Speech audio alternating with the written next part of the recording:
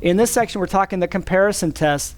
The goal is the same. The goal is to determine whether or not a series converges, but this time we're going to use the comparison test. There's something called the comparison test and the limit comparison test. Two different comparison tests you need to know about. The comparison test says that, okay, first of all, the assumption is that A sub n, B sub n, they're both bigger than or equal to 0. And A sub n is in between 0 and B sub n. A sub n is less than or equal to B sub n for all n. Then two things we can figure out from that condition. Number one, it turns out if the sum involving the B sub n, the sum involving the B sub n converges, then shouldn't the sum involving the A sub n converge? So if all of the B sub n are bigger than all of the corresponding A sub n, and the sum of the B sub n, B1 plus B2 plus B3 plus B4 plus dot, dot, dot, all the way to infinity, if that converges, then the sum of the A sub n, A1 plus A2 plus A3, dot, dot, dot, should converge as well. Does that seem reasonable? Yeah. That's what I'm appealing to. That's the hand-waving proof. You get a lot of formal proofs in Calc 1. Here, you get a lot of hand-waving. And then you can go a different direction for divergence. If you think about the sum involving the A sub n, if that sum diverges, so if A1 plus A2 plus A3 plus dot, dot, dot, if that diverges, in other words, if that goes to infinity, because we could assume it diverges to infinity since A sub n is non-negative, then shouldn't the sum of the correspondingly higher values diverge as well? That's what the second part says. If the sum from n equals 1 to infinity of A sub n diverges, then so does the sum from n equals 1 to infinity of B sub n. Again, does it converge? That's the question. And you're given the sum from n equals 1 to infinity of 1 over 3n squared plus 2. We need to figure out what we're going to compare. So the given guy, we need to figure out the given sequence of terms that we're summing. We need to figure out what to compare that to. So 1 over 3n squared plus 2. It would be nice if we can compare the given sequence of terms that we're adding together. It would be nice if we can compare that to a sequence where we know what the terms do when we add them, like a p-series, like a geometric series, something that we can easily see converges or diverges. So what's maybe it's not obvious now, but it will be. What will be the obvious thing to converge to compare this to once you get some practice in? Yeah. Well, the p-series, yeah, I think that's what you mean, right? Yeah. Yeah, and in fact, if you delete the 2, the plus 2 in the denominator, don't you make it bigger? Because you're making the denominator smaller. But I could go even further and delete the times 3, right? So couldn't I say that this 1 over 3n squared plus 2 is less than 1 over n squared? Would everybody agree with that? Now, we also need what? Yeah. And it can be or equal to, but I think in this case it's strict. I think these inequalities are strict here. Now, here's where students go wrong, and I'll break this up into 3 steps just like with the comparison theorem. So it'll really be reminiscent of what we did right before the first test. Now, we want to say something about the sum involving 1 over n squared, the thing we're comparing the sequence 1 over 3n squared plus 2 to. But it's got to be the sum, not 1 over n squared. So here's the biggest mistake I will see on the test. I will see somebody say 1 over n squared converges because it's a p-series. But 1 over n squared is not a series, is it? It's a sequence. And even though you were probably, whoever does this is probably thinking kind of the right way, they're writing it incorrectly. And it's my job to tell them that. So no, so what do we need? We need in the second step, first step is all about the inequality, getting the inequality right, and getting the sequence we're comparing the given sequence to, getting that right. So it's all about that inequality. And the second part is making a conclusion about the sum involving the sequence you made up or you derived from the given sequence. But it's got to be the sum. So how are we going to say it?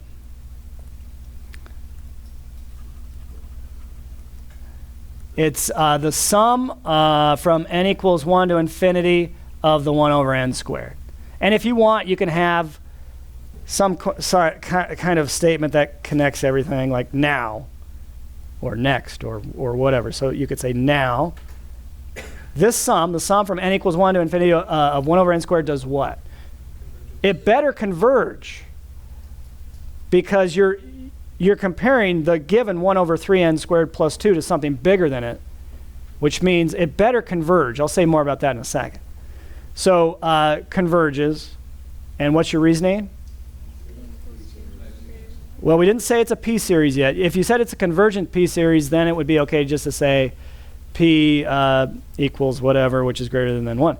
So p, it's a p-series. You should make that statement somewhere. I'm going to do it within the parentheses, within the explanatory parentheses. And then p-series, I should state what p is. P equals 2, and a little more explanation, it's greater than 1. Because it's got to be greater than 1 for it to converge. All right, so then now that's statement number 2, and then what's your conclusion? Thus, you can use some snotty sounding word, thus, therefore, hence. 3 dots, yeah, I never liked that, but yes, you can use that. Ergo, I like that one, ergo. That's a good one. I'm not sure that's one of them, is it? I like it, but I'm not sure that fits. Behold what I have done. All right. All right. I'll at least know why. Thus, and I'll switch. No, then that means you're sad that it converges. So, okay, so thus, what about the original series? Converges. Thus, the original series converges by the comparison test, or I would accept by comparison. Well, you know, I better put in the test, because there's 2 different comparison tests here, so I better at least put in by comparison test. Okay? Now, the inequality is very important. Let's go back up to the statement of the theorem. If the sum involving b sub n diverges, so let me write that down. The sum involving b sub n diverges. Does that tell you anything about the sum involving a sub n? It does not, because the individual b sub n are bigger than the individual a sub n. So this result tells us nothing about the sum involving the a sub n. And what's a similar statement we could say about a sub n? Yeah. So if the sum from n equals 1 to infinity of a sub n converges, great for the sum of a sub n, right? But it tells us nothing about the sum involving b sub n. So this converges tells us nothing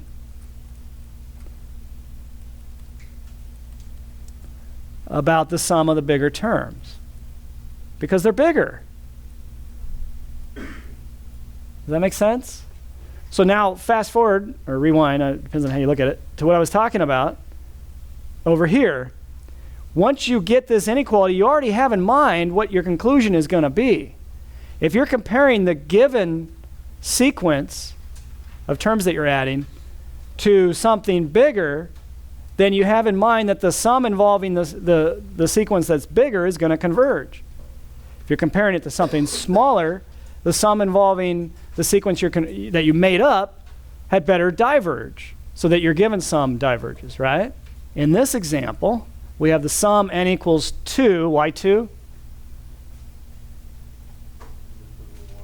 If it were 1, we'd have issues, right? We'd have division by 0. Creates a black hole. It's terrible.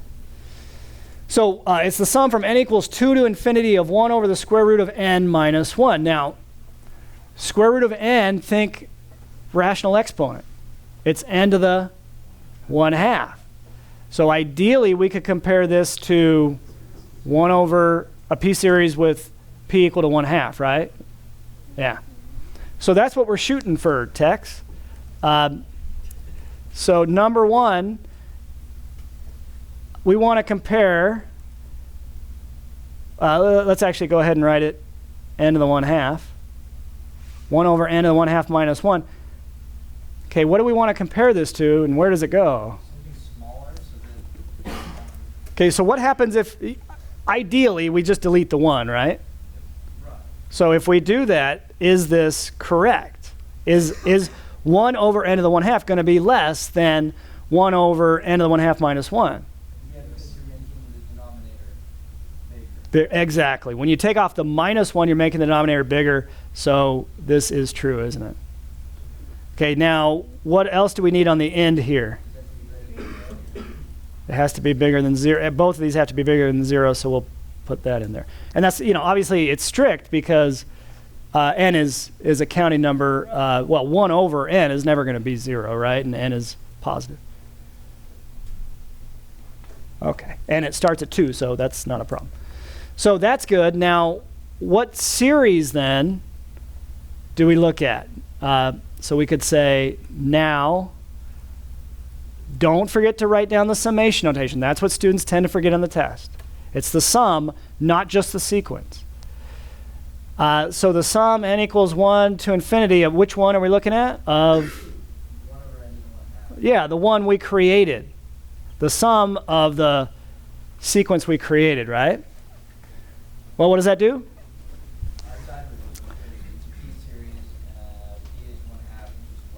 Good. Diverges, and I'll say, I like to do it all in parentheses, the explanation. P series, p equals 1/2, which is less than 1. That's enough explanation for me. Yes? So when you do when you rewrite it into the summation notation, it's okay to change where the n starts? Now it's writing n. No, it's not. I did that out of habit. Muscle memory. Thank you. So the sum involving this guy diverges. But this guy's even bigger, so the sum involving this guy should diverge. So we're using part 2 of the comparison test here. Does that make sense? Oh, but wait, can you scroll back up? Yeah. So if the sum of the smaller guys diverge, then certainly the sum of the bigger guys should diverge, right? Okay, so now the third part's just the conclusion, you guys. So, and we kind of already said it. Thus, oh, wait. Ergo what? Sum n equals 2 to infinity of 1 over. So the given series, you could actually write out the given series if you don't want to write the symbolism. The given series diverges by the comparison test, or just comparison test is fine. So 3 components of the comparison test. You're going to pick the right sequence to compare the given sequence that you're summing to. And then in step 2, you're going to, the sum of the thing you're comparing the given thing to, I hope I'm not using the word thing too much. You got to tell me what it does. Does it diverge, converge, and why? And then third, your conclusion. You're either going to use part 1 of the comparison test or part 2. It either converges or diverges based on your result in part 2. Oh, maybe this will be a little different. What sequence are we given that we're summing? When I say the sequence, it really is the nth term formula for the sequence, but I think you get what I mean. So this is what we want to compare something to, the thing that comes after the sigma notation. So let's call this step 1. So we can take this given guy, and if we delete the 1, what's happening to the denominator? It's getting smaller, which makes the overall number bigger. So this is the proper way to write it. The bigger number on the right, the bigger sequence on the right. And both of these are clearly bigger than 0, right? Now, what's maybe a better way to write 2 to the n divided by 3 to the n? 2/3 to the n. And so we are thinking geometric series. So step 2 then. Everybody okay with the inequalities in step 1? Okay, step 2, we want to say something about the sum from n equals 0 we're starting at here to infinity of the guy we just created, 2/3 to the n. What does that do? It converges. We could actually find what it converges to for a geometric sequence, but do we care? Nope. So this guy converges, but I do care about why it converges. What's the reasoning here? The absolute value is less than 1. Right. So you could say R, what is R? 2/3. And you could either say the absolute value is less than 1, or you could just say, put it in between -1 and 1. Oh, and I should say what kind of series it is too, just like I did with the P series. So I'll say geometric, and then comma, what R lies between. Geometric series, comma, with R between -1 and 1. Now, remember, in order for a geometric series to converge, R has to be between -1 and 1. So that's why we can say that that sum converges. So, and you could connect it with now that sum converges because geometric series are between -1 and 1. So what's your conclusion? Thus, the given series, which was the sum n equals 0 to infinity, 2 to the n over 3 to the n plus 1 does what? Converges by comparison.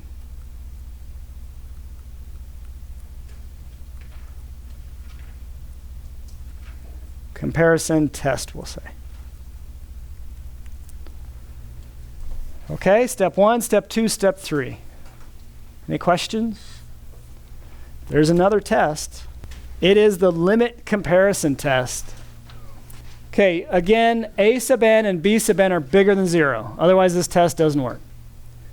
If the limit, as n goes to infinity, of the ratio of a sub n to b sub n equals L. Now, L has to be bigger than 0 and finite. Then either both the series involving a sub n and the series involving b sub n, either they both converge or they both diverge. And I can do a little hand-wavy argument here too, maybe a little more than a hand-wavy argument. So I won't call this a proof, I'll call it an indication of why this is true. So if you think about it, if you know that a sub n divided by b sub n converges to L, then doesn't that mean for really big n, whatever a big n is, maybe n is 1,000,000, maybe n is 1,000,000,000, I don't know. I don't know how long it takes to converge. But for really big n, couldn't you say a sub n over b sub n is approximately equal to L? Isn't that what we mean when we say a sub n divided by b sub n converges to L? We mean as n gets bigger, as n goes to infinity, a sub n and divided by b sub n gets arbitrarily close to L. So I could say this. To make you guys believe this one's true, I could say, since a sub n divided by b sub n converges to L, a sub n divided by b sub n is approximately equal to L for large n. And I put it in quotes because that's kind of, that's the hand-wavy part. What does that mean? But I mean, it's believable, right? I mean, that's what it means. If you pick an n, you can get arbitrarily close to L if you pick a big enough n. So wouldn't that mean I could multiply both sides of this statement by b sub n and say a sub n is approximately equal to L times b sub n? Yeah? So here's more hand-waviness then. Certainly then, so if the sum n goes to infinity of L times b sub n converges, Let me just do it with the b sub n. So certainly if the sum from n equals 1 to infinity of b sub n converges,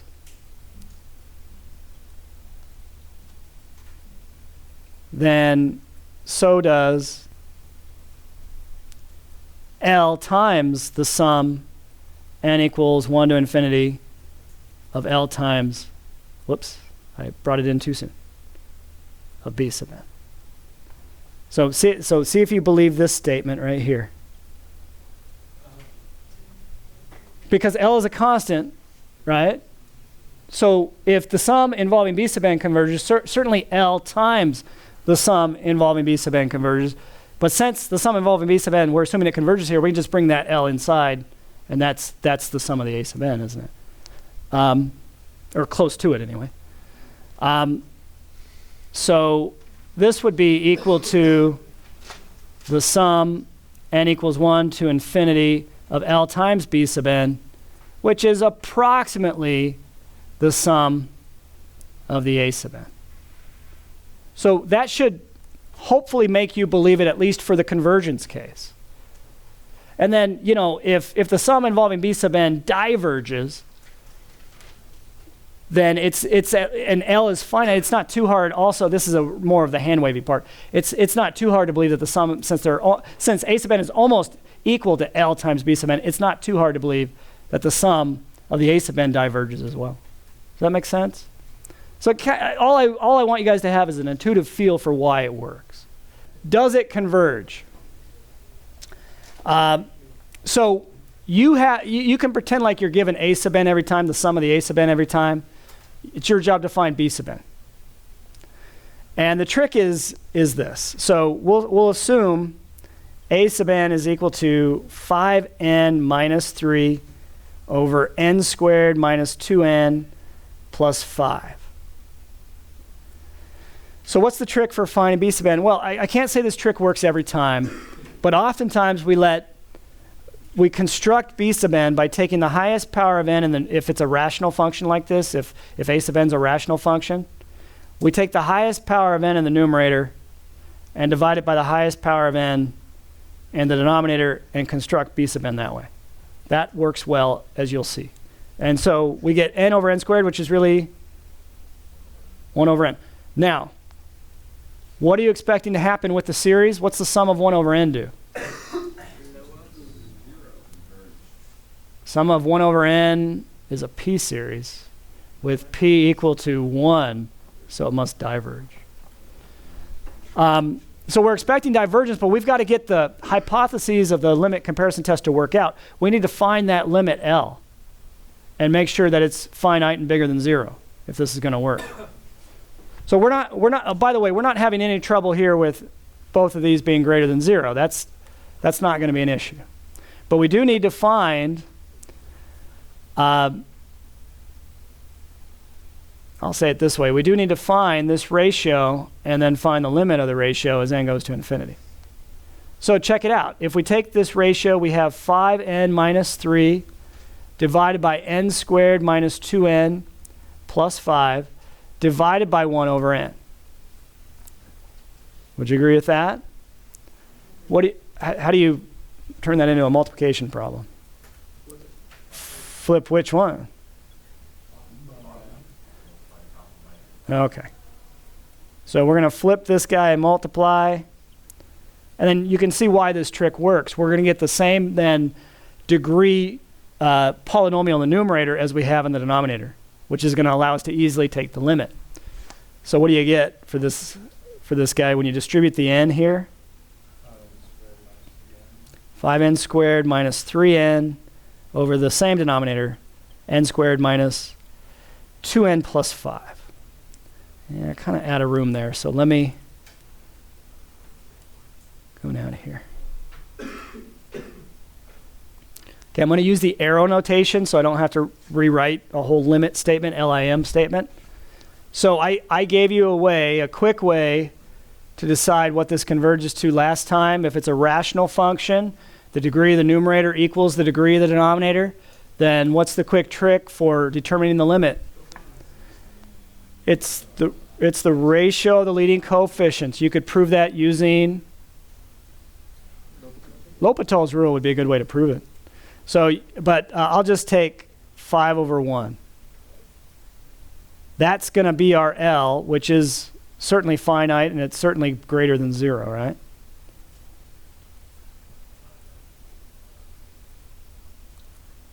So we've got a sub n, b sub n, both bigger than 0. We've got that the limit of a sub n divided by b sub n as n goes to infinity equal to 5, which is a finite number bigger than 0. This means that the limit comparison test applies. You know, I won't make you say that, but I will just say at the end, by limit comparison test. So the conclusion is, well, okay, wait a minute. Before I get the conclusion, I need to say something about the sum of the b sub n. Next, the sum from, I think it was n equals 1, right? Yeah. The sum n equals 1 to infinity of 1 over n diverges. What's the reason? It's p series with p equal to 1. Remember, in order for it to converge, p has to be bigger than 1, right? And then finally your conclusion, thus, I can't see it, so I'm just going to say the original series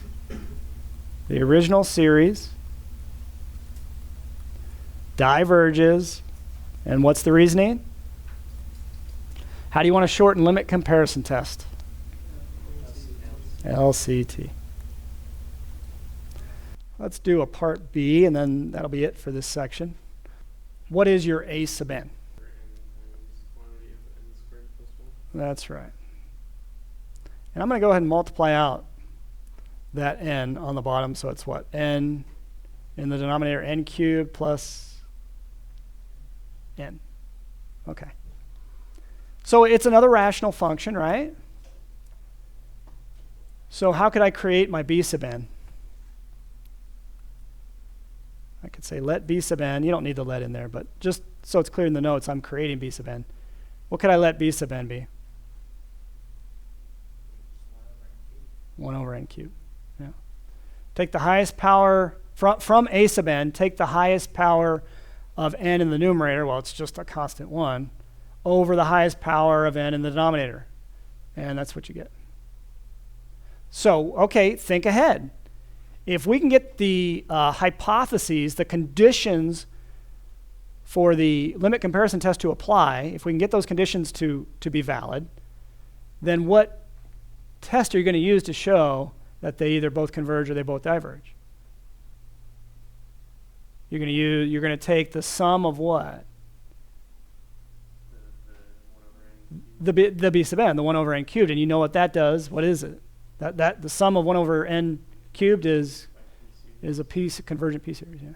So have that plan mapped out in your head before you just start writing things down. Okay, but before we do that, we got to make sure we find a. Well, you guys tell me. What do we need to do? Okay. So we have to see what a sub n, what the limit of a sub n over b sub n is. It's got to be positive. It's got to be finite. All right. So yeah, we're gonna take, to create it, we're gonna take 1 over n cubed plus n and divide by 1 over n cubed, but that's the same as multiplying by the reciprocal, right? So you don't need to include that division, I don't think. And then what you said, it's just n cubed over n cubed plus n. Okay, so what does this guy converge to? The ratio of the leading coefficients when the degrees are the same, and it's a rational function. A sub n over b sub n is a rational function. The degree in the numerator is the same as the degree in the denominator. Then automatically, it's going to converge to the ratio of the leading coefficients, which is just 1. Is that less than 0? I'm sorry, is that greater than 0? Excuse me. No, it's not less than 0. It is greater than 0. It is finite, so LCT applies. So then what are we going to make note of? You could say, note that, what? We want to talk about a series. Which series? Huh? b sub n, which is 1 over n cubed. Note that the series n equals 1 to infinity of 1 over n cubed, what does it do? Converges. Okay, in parentheses, why does it converge? Well, okay, what kind of series is it? Why does it converge? P series. What does P equal? 3, which is greater than 1. That's the part that tells us it converges, right? So, what's the conclusion? This original series also converges.